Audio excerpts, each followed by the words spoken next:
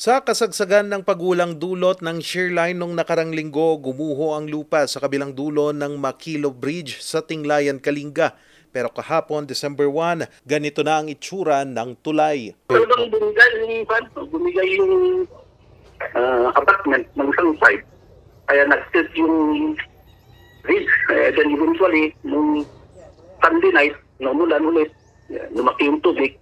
Totally na talagang tumira yung apartment kaya gumuho yung Makilo Bridge.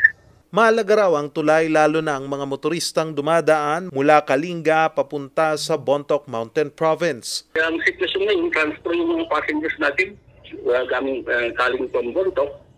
Going to Tabuk, yung nagtatransfer yung mga passengers natin. Umawa sila ng footbridge temporarily adjacent to that Makilo Bridge.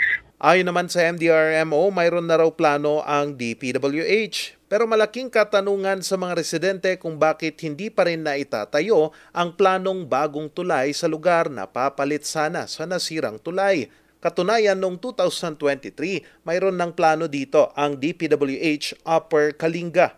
Katunayan, matagal na yung kanyan, dapat sana napalitan, pero hindi ko alam kung anong dahilan, bakit hindi nag-pursue yung mga nailaan na pondo.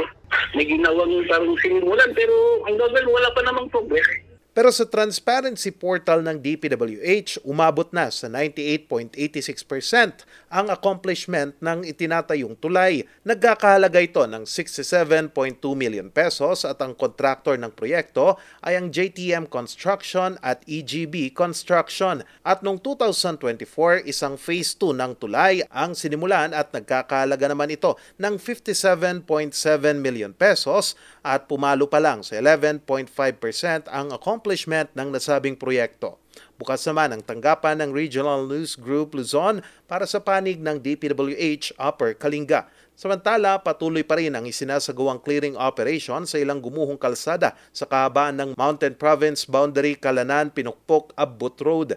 Samantala, sa probinsya ng Apayao, puspusan na ang paggawa ng pansamantalang kalsada matapos gumuho ang kalsada sa Barangay Aurora sa bayan ng Pudtol, Apayao noong Biyernes, November 28. Mahalaga raw ang kalsadang ito lalo pat isa ito sa mga kalsadang nagkokonekta sa probinsya ng Cagayan at Apayao.